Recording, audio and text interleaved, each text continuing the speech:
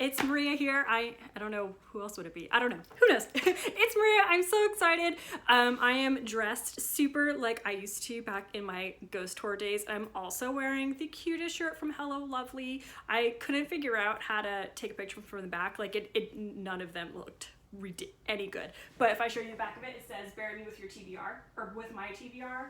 And I love it. So I've literally ordered it and I've been saving it to wear on Halloween because that's the type of person I am.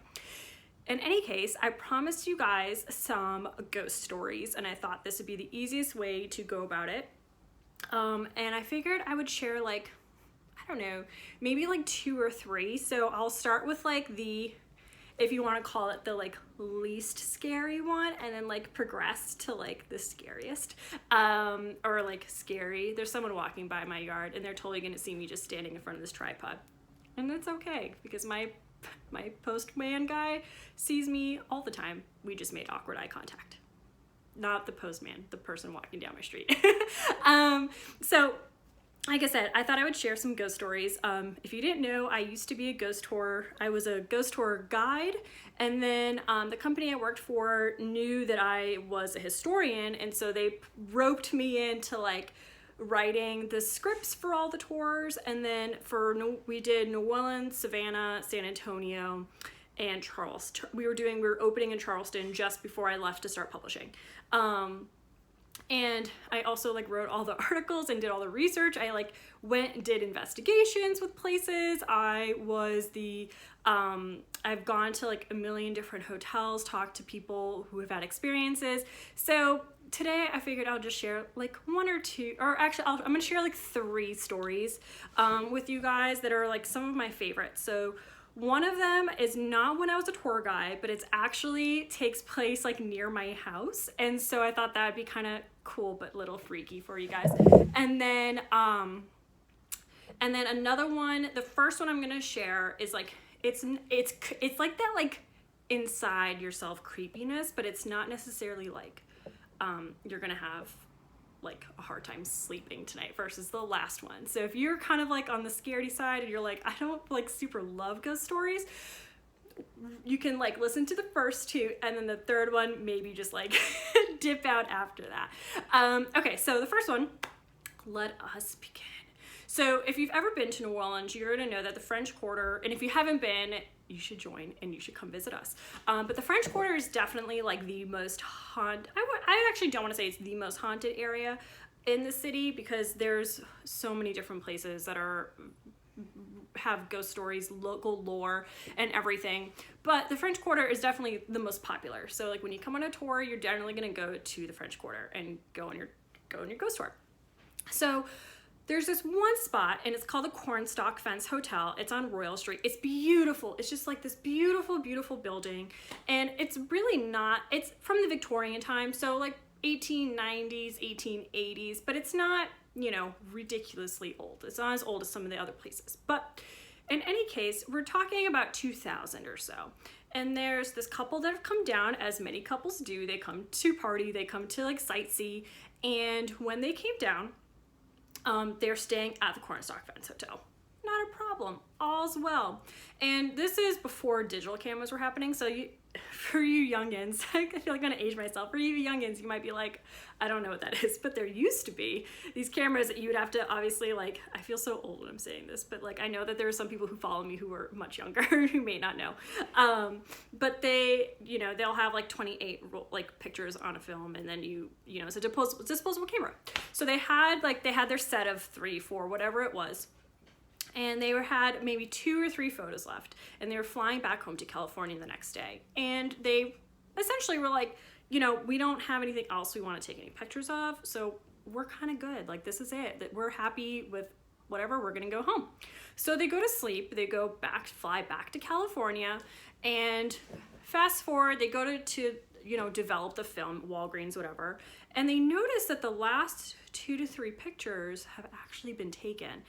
And when they start to look through them, they kind of get this like sinking sensation on their chest, and they're thinking they're looking at each other like, what is going on? And they immediately call the hotel, and they say to the hotel, how dare you come into our room and take pictures of us while we're sleeping? because those photos had been taken when they were sleeping in their bed, but they had to been taken from the top of the ceiling looking straight down at them. Now you might be like, how is that going to be possible? Well, those rooms in there, they're probably like, those ceilings are probably on 12, 13 feet tall. I mean, there's no way, no earthly way anybody is going to be able to take pictures of this couple while they're sleeping unless this couple knew about it. Or unless you're talking about perhaps the dead who have come to visit. So they start kind of going off in the hotel, and the hotel says, you know, we promise you, we have done nothing like that. Whatever you have seen there is not from us. It isn't. We promise you. But we should probably tell you that the hotel has been known to be haunted by little boys. And so way back when in the 1800s, that was an old boys' school. That's that location, not the building, but where the foundation is. And they have a lot of stuff that goes on. So you have a lot of people, like they say that they have like lights that flicker. They have cases where the TV will turn on and then they'll turn off. And this is stuff that still continues today. Well, the couple, of course, naturally freaked out. If it was me and I was sleeping and I woke up and, you know, I fly back home, and then I look at these pictures and it's a picture of us literally sleeping in bed. It's just like kind of like that chill, shivering one. So it's one of those stories that I just love to tell because it's not terrifying, but it's unnerving. So it's one of my favorites. And so if you want to look the hotel up, it's the Cornstalk Fence Hotel, and it's right on Royal Street. So the second one that I'm going to tell you is actually, this is a story that happened to me multiple times when I was giving tours, to the point where I became almost uncomfortable to tell the story. So if we're gonna rewind, we have to go way back when, to the 1800s. It's called what is today's called the Pharmacy Museum, but at the time it's actually the oldest pharmacy in the whole country. So you can go, it's like $5 to get in. It's like one of my favorite spots, even like with the creepiness, like it's still one of my favorite spots to go visit. And so it was from the 1800s, and when you go inside, like it's beautiful. It's like this slate floor, and it's all cupboards, and they're all wood. It still has the original pharmacists where like they would assign like kind of like medicinal things to you, and it is in total it is 3 stories, but the middle one, this is important, is called the entresol, and that spot is very much like what we would maybe use today as like an attic. So it's much shorter ceilings, and it's essentially just like a spot where when you loop this back stairwell to go up to that top floor, you'll pass through it, and there is like some storagey area, but it's not necessarily like you can stand up in it, but I'm 5'2", and it's probably like 5'5", like that's as 5'5", 5'7", that's as tall as the ceilings are there. So this is important for later on.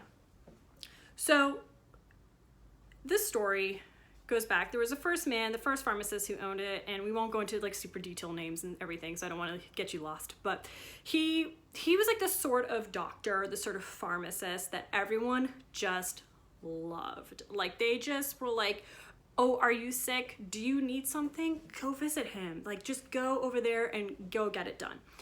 Well, when he retired, he sold it to a man named Dr. Dupas, and Dr. Dupas was not the same. When I was doing research, I found him in the newspapers, the Times-Picayune, all over the place. At one time, he chased this politician down the street with a hammer. There was another time where he was known to be carrying like pistols, and at that time it wasn't necessarily legal. You weren't supposed to like have it in the city, but he would be known to be on the street and like pulling his gun out on people. And this is the pharmacist. This is a guy that you're going to if you're ill. So he didn't have the best kind of reputation, but of course people are going to go to him because they need him. Also in the pharmacy, in the front, it's all glass windows. And so this takes place in the 1850s, which is really big with the yellow fever. So as we're talking about like COVID and everything, it's like kind of like appropriate a little bit. But he had, they would have glass bulbs in the front, and if the bulb was red, that meant that there was like a yellowish red color that was filled with liquid. That meant that there was a yellow fever epidemic, like there was an outbreak. And if it was blue, that meant everything was okay. And if you go visit today, you'll still see the bulbs, like you'll still see those sitting in the glass windows. So at this time, yellow fever, they didn't understand like how it was caught. They knew and they understood that it was in the air, but they didn't understand like how they got it. So they thought it was like, did they breathe the air? In realistically, it meant it was actually being transferred by mosquitoes. So they would actually hold like at 9 p.m. every night, they would go out into Jackson Square and they would like shoot cannonballs into the air to like kind of like send it off, send it away, which obviously did not help. But they tried, and they would have thousands and thousands of people who were passing away every day, to the point where like sometimes they didn't have, if you've ever seen Monty Python and they say like, bring out your dead, and they call it, that's where they would come it from, because they would have these grave cart drivers who would essentially come down the street because they didn't have enough space in the cemeteries. New Orleans at the time was a swamp, and so everything surrounding the French Quarter, like you would have, it would slowly would build out more and build out more as the population grew, and they would put another cemetery. But there just still wasn't enough space because of the way in New Orleans, the way cemeteries work, which is, we won't get into that. But in any case, you can't just be putting bodies in, which means that people were having these bodies in their homes with them until these grave drivers came out. And once the grave driver would come out, he would shout like, bring out your dead. And of course, people would come out with their dead loved ones and put them in the cart and drive them away. This is where it gets super creepy, because Dr. Dupont at the time, again, this is 1850s, he was trying to figure out how necessarily he could do C-sections, which naturally you need test subjects for C-sections, and you can't quite do it on dead women. So what he would do is he would have these grave cart drivers, he would pay them, and he would have them use chloroform on the women, and they would take them if they saw a pregnant woman coming down, and they would put the chloroform on her, take her body as she's falling, and put her in the cart with the dead. They would roll her down the street all the way down Charters, and then they would pull into kind of like the passageway for the carriages into where the pharmacy was. Then they would let Dr. Dupont know, and he would come downstairs and he would take these women and bring them up past the entresol right into that area so he could conduct his experiments. Well, he dies of syphilis, as one should, but in that time frame, people would say that they could hear screams coming from the pharmacy, like they could hear it come, and they could hear it, and they would say like, what is happening? And if the women survived, what are you gonna do with them? You can't really necessarily let them go now that you've done things to their bodies that was against their will. And so it was said that he would kill them, and then he would put them in the walls of the entresol, so that way his secrets would never get out.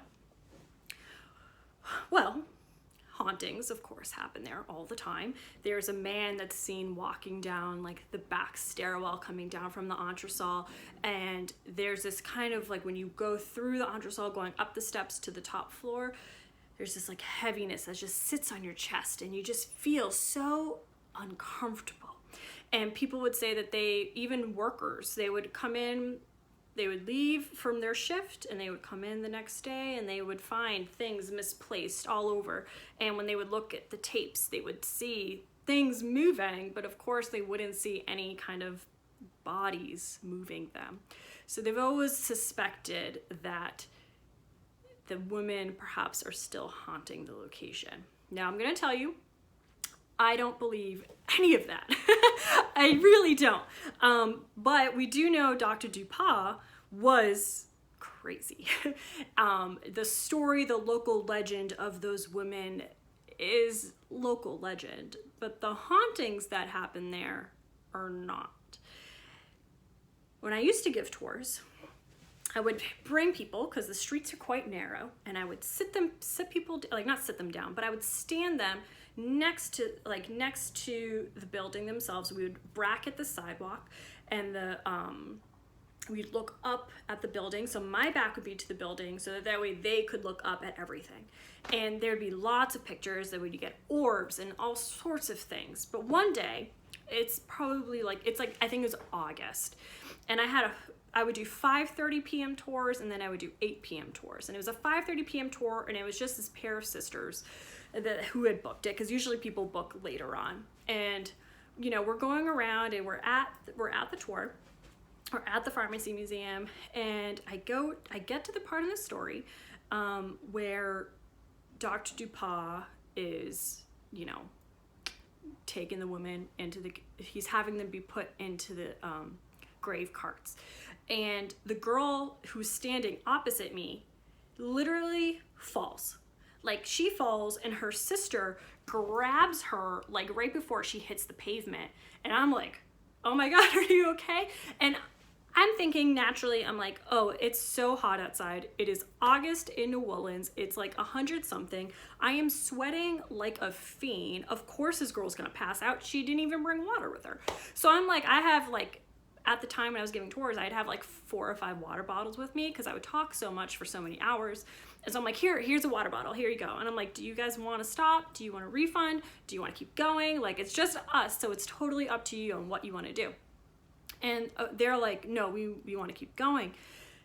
And, you know, I didn't think anything of it. I just kept going. Like, we did our tour. At the end, they were creeped out. And so I actually, the tour ended on one side of the quarter and they're staying on the other. So I was like, do you guys want me to like drive you to the other side? And like, that's the sort of person I am. I'm like, do you want me to drive you? Okay, let's go. Here's your 4-block drop off.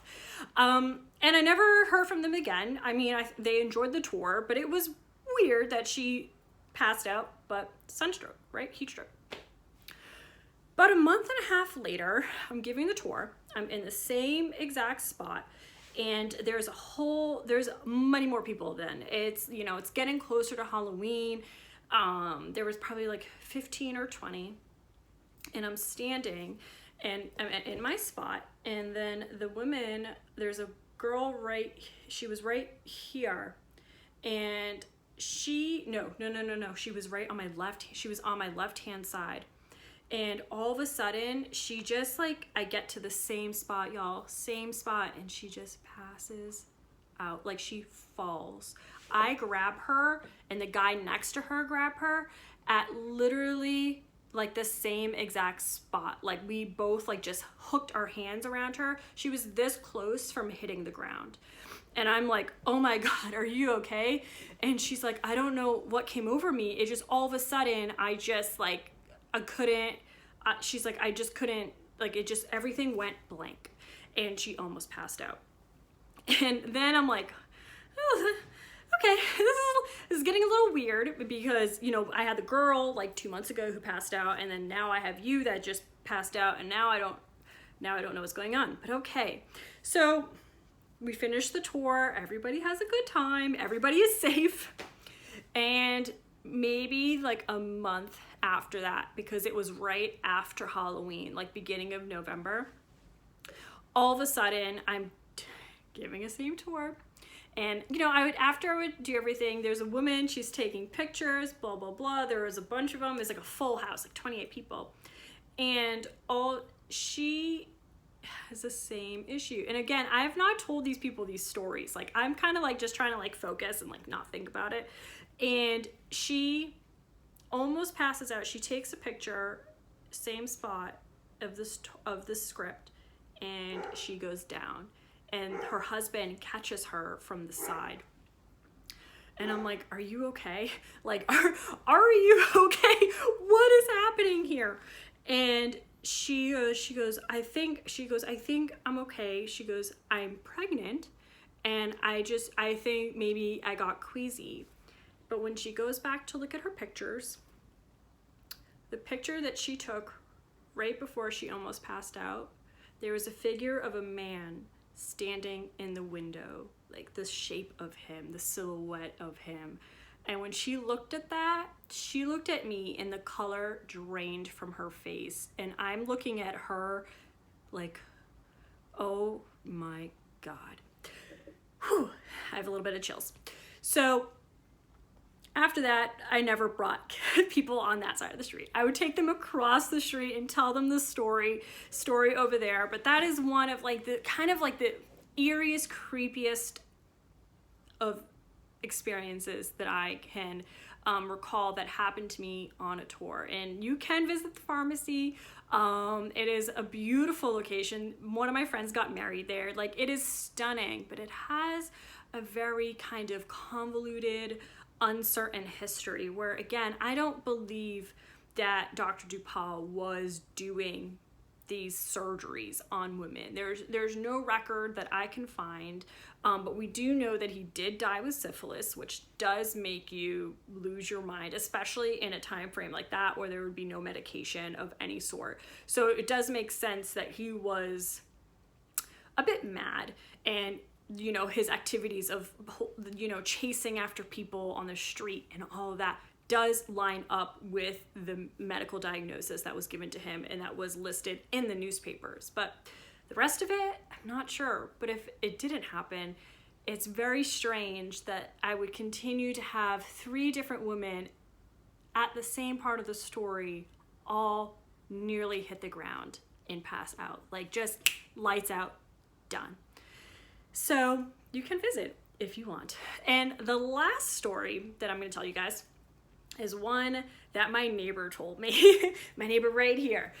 So if you don't know, I live in New Orleans, and I guess if you couldn't tell from the other stories, I don't know. I live in New Orleans, and I actually live a house away from a cemetery. Like, if I were to well, actually I don't think I could show you guys from not the way my house is positioned, but I live literally 1 house from a cemetery. And my neighbor, it was in December, she was telling us this story, and her father had just passed away, and he was just so nice. And so my mom and I had gone out, and she was visiting, and we stopped by. She was getting out, she was coming home from work. She's a nurse, and I stopped by. I was like, I just want to say hi to her. Like, I just want to see how she's doing. And so we ended up I was trying to cheer her up. Yeah, I've lost my dad, so I understand. Like, there's not much you can do, but if someone is just kind enough to just say hi to you and not pester you, but just say hi, like, sometimes it can make a difference. So we stopped by, and somehow we ended up on weird ghost stories. And she goes to tell me, her family has lived in that house since the 70s, maybe even a little bit earlier, she said. So this was, and I would say she's around that Devaney's around 35, 37, 38, maybe 40, pushing it. Her son is just walking by my yard. Now I'm going to have to say hello if he looks this way. He's not looking at me.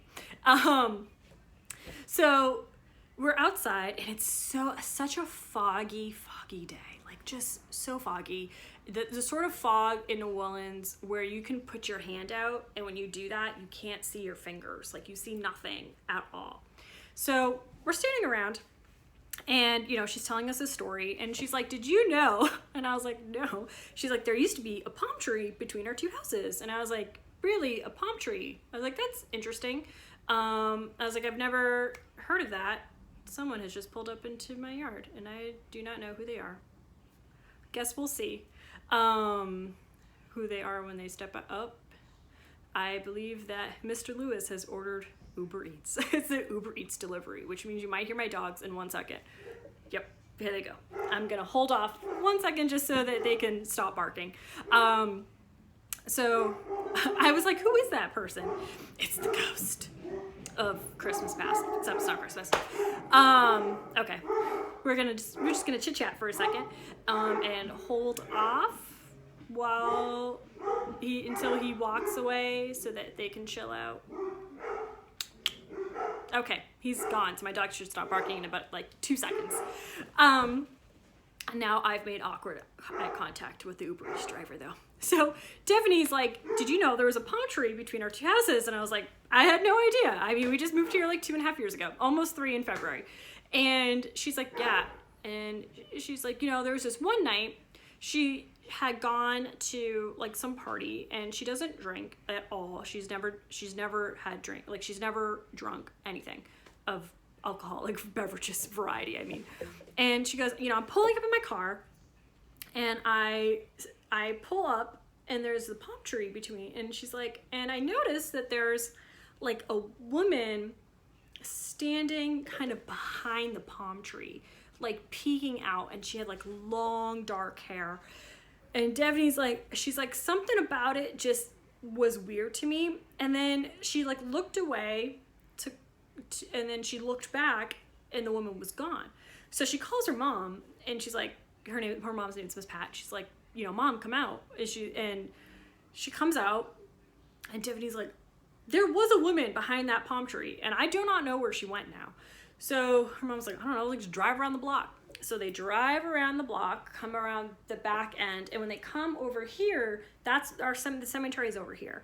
And there's this this pole, like electrical pole right next to it. And it's a really foggy night, just like the night she's talking to us. And they see, all of a sudden, they see the woman in the spotlight underneath like the electrical pole. And Devaney's like, do you see her? And her mom's like, I see her. Do you see her? And then all of a sudden, gone, disappears just like that. And Devaney's like, oh my God. And she goes, that's why the palm tree doesn't exist there anymore, because I made my dad take it out and remove it. And I was like, okay. That's the like kind of lighthearted part of this story. The darker side of the story is before that, I want to say she had said it was before cell phones. So, or before most people had cell phones. So like maybe 2000 or so, 2001, 1999. There's this man that they all knew. I'm like, how do I say this without being like, okay. And by the way, this is the creepy story that like makes you really uncomfortable. So if you do not like super creepy, this is when you tune out. And I thank you for joining. And so she's telling me that there's this man, and there's this club, like probably about like 2-minute drive away from our house. And there's this man, everybody knew him, and he was at the club and he met this woman and they hit it off, and romance author, they had a one-night stand. Yay!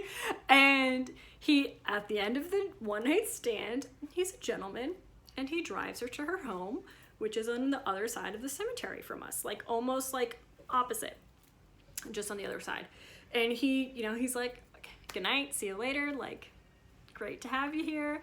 And the next day he decides that, you know, he actually really liked her. Like he really dug their hangout time and he would like to see her again, but he has no other way to contact her. So naturally he just like gets back in his car and he drives back down here and he goes to the house that he dropped her off at yesterday. He literally walked her up. She went inside, he went back to his car, and then he left. And he knocks on the door and it's this older woman who answers, and he says, you know, I'm looking for like so-and-so. And the woman looks at him and she's like, excuse me? He's like, yeah, I met her last night and I think like she's really awesome. Is she home? Like I dropped her off just a few hours ago. And the woman stops and she looks at him and says, that's my daughter you're talking about. And she's been dead for years. Y'all, this man went out and hooked up with a ghost. He, according to Devaney, and like a lot of other people supposedly like know the story. Again, is it all true? Is it not true? I don't know, but that's part of the fun. He apparently went nuts and ended up in an asylum and has lived in, I think he's passed away now, but he's been in the asylum ever since that night. So let that one settle in. Every single time I walk down the street, especially if it's nighttime, I'm like on the hunt. Like I'm like, where's that woman in the long black hair? And then I'm like, and I walk past the house and I'm like, oh, keep going, Maria, keep going. So those are my 3 stories. We have like from light to medium to like darker creepy. I hope you enjoyed hanging out. This was quite a long video, but you can tune in, tune out, whatever you want to do. Thank you so much for hanging out with me and for indulging in my ghost stories that I wanted to tell. And I hope you have a fabulous, fabulous Halloween. Stay safe and have a spooktacular time. I will be watching Hocus Pocus in my TBR Hello Lovely t-shirt. All right, bye y'all.